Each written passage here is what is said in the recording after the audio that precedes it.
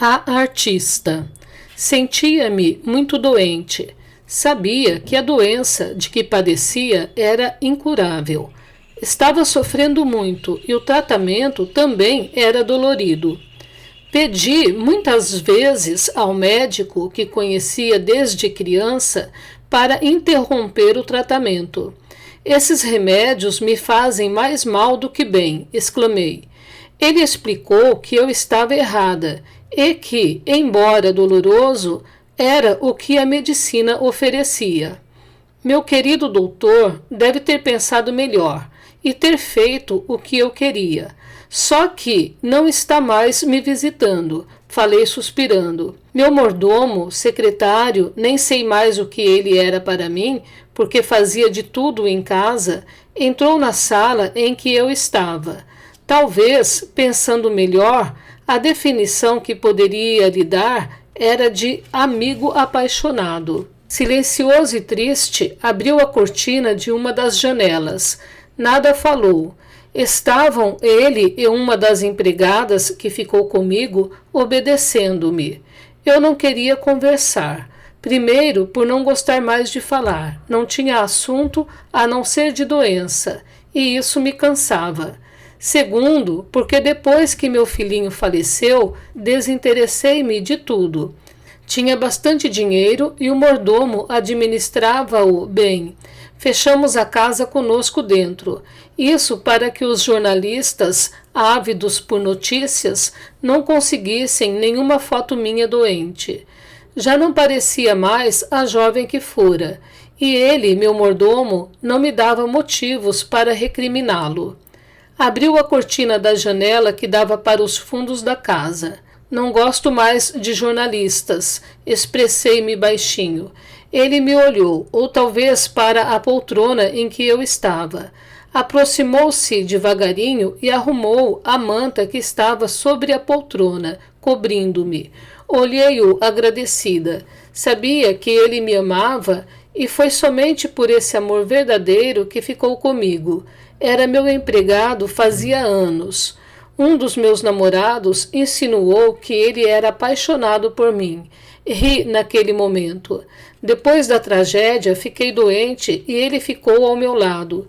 Compreendi então que esse homem me amava, mas era tarde demais. Pensei nos repórteres e jornalistas. Agora me escondia deles. Antes não fora assim. Gostava de ser fotografada, exibia-me diante das câmeras, fazia de tudo para ser entrevistada e sair em jornais e revistas. Mas o tempo passou e eu mudei. Pense na sua vida e preste atenção nas mudanças que houve. Escutei alguém me falar, mas como não vi ninguém, achei que eram pensamentos meus. Às vezes sentia que escutava meu filhinho. Achava que era por sentir muito sua falta. Cochilei e acordei na minha enorme cama. Estou muito sozinha, nenhuma visita, falei resmungando. Proibira as visitas e se alguém vinha me ver, não as recebia. E, ultimamente, até o médico da família não vinha mais, nem meu irmão. Ele se zangara por eu não querer ir para o hospital. Estava tendo o sossego que desejava, mas me sentia sozinha. Nos tempos de glória, aparentemente, fui feliz. Fama, sucesso e, com isso, dinheiro. Fora os maridos, amantes e muitas badalações. De uma relação mais séria nasceu meu filho. Amei-o muito. Com a separação, ele ficou comigo e nos tornamos grandes companheiros, unidos por uma relação maravilhosa que somente há entre mãe e filho. Estava com ele sempre que possível. Até recusei alguns trabalhos para ficar junto dele. Meu filho crescia forte, bonito e muito inteligente. Viajava a trabalho sempre. O mordomo e as empregadas ficavam com meu filhinho, que adoravelmente cativava a todos, sendo em casa um reizinho muito amado. Meu filho nunca saía sozinho. Levavam-no e buscavam-no na escola. Um dia em que eu estava viajando, tendo um dos professores do seu colégio falecido, as crianças foram dispensadas mais cedo e ele voltou para casa de carona. O portão da frente de nossa casa era todo de grade com pontas. Meu filho, em vez de tocar a campainha, resolveu, sabe-se lá por quê, pulá-lo. Caiu, ficou ferido por uma ponta no pescoço. Pessoas que passavam pela rua viram, gritaram. Meus empregados acudiram. O mordomo, aflito, levou-o para o hospital, onde morreu de hemorragia. Sofri tanto, não queria acreditar. Quis, com sinceridade, ser enterrada com ele. Fiquei depressiva e adoeci. Os empregados fizeram o que pedi. Não conversavam comigo e não recebiam visitas. Mas não estava satisfeita. A solidão me deixava mais triste e a doença me fazia delirar. Ora, escutava alguém que me dava a impressão de ser meu menino, falando-me para analisar a situação. Ora, ouvia pessoas orarem por mim. Ao perceber isso, achava que eram fãs querendo que me curasse. Mas às vezes sentia e escutava pessoas chorarem achando que haviam me perdido. Eram sensações estranhas que me deixavam confusa.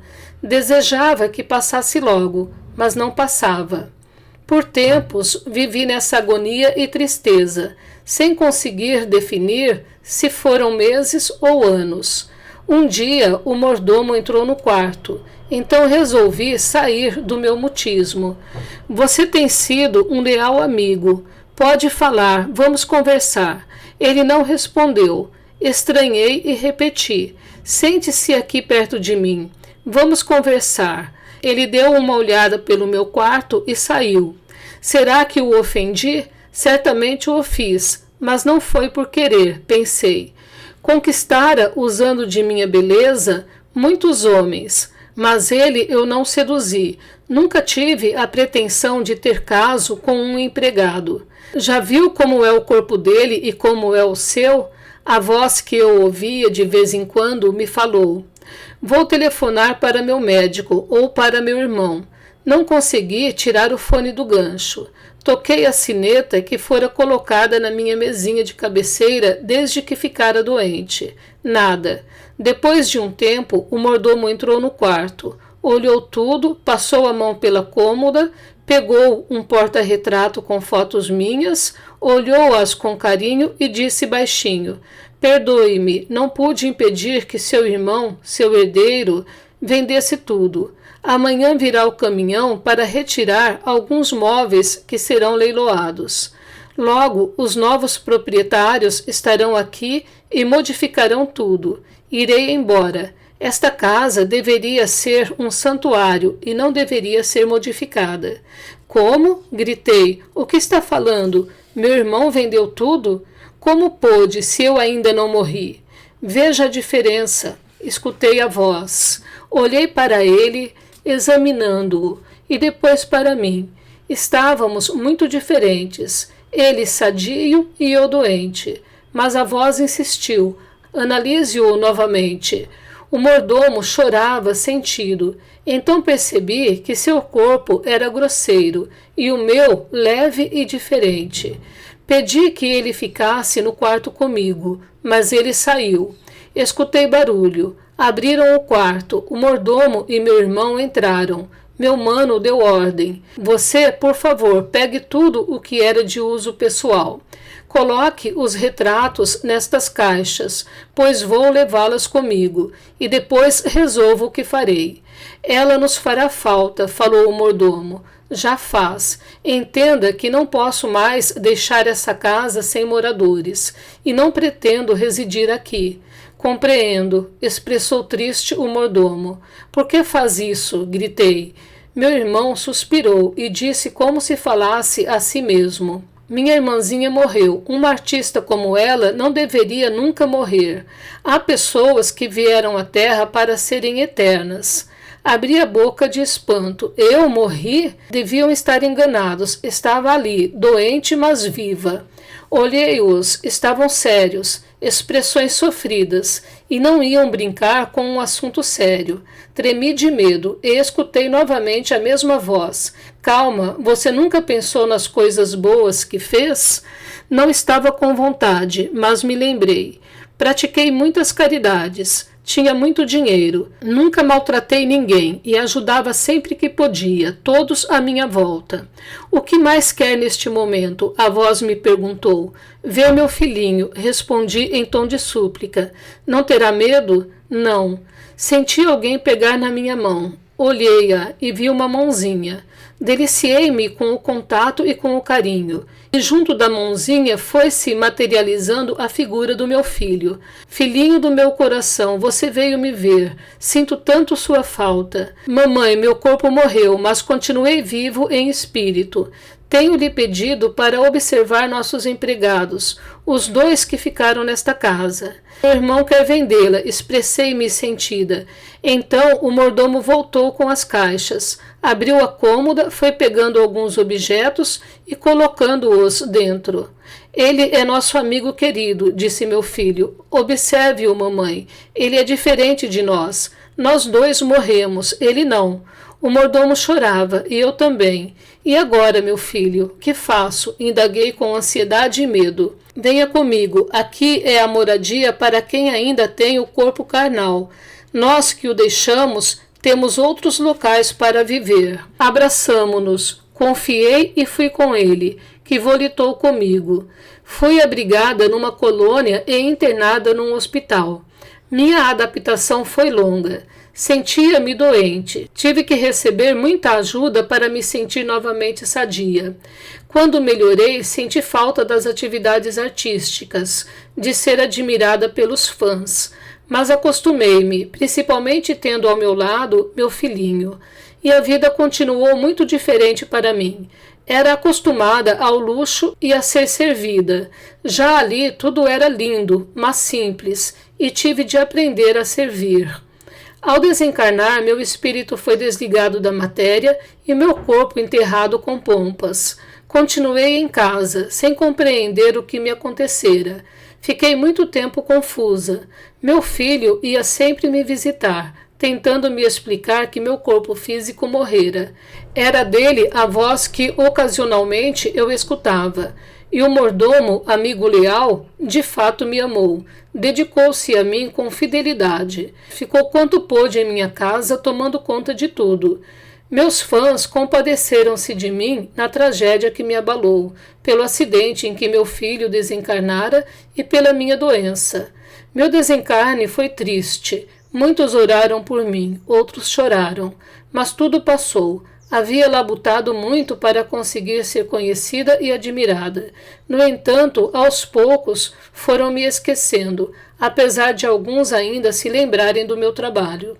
Sofri como uma pessoa comum e somente compreendi e indaguei o que faço agora que morri, tempos depois, quando tive consciência desse fato.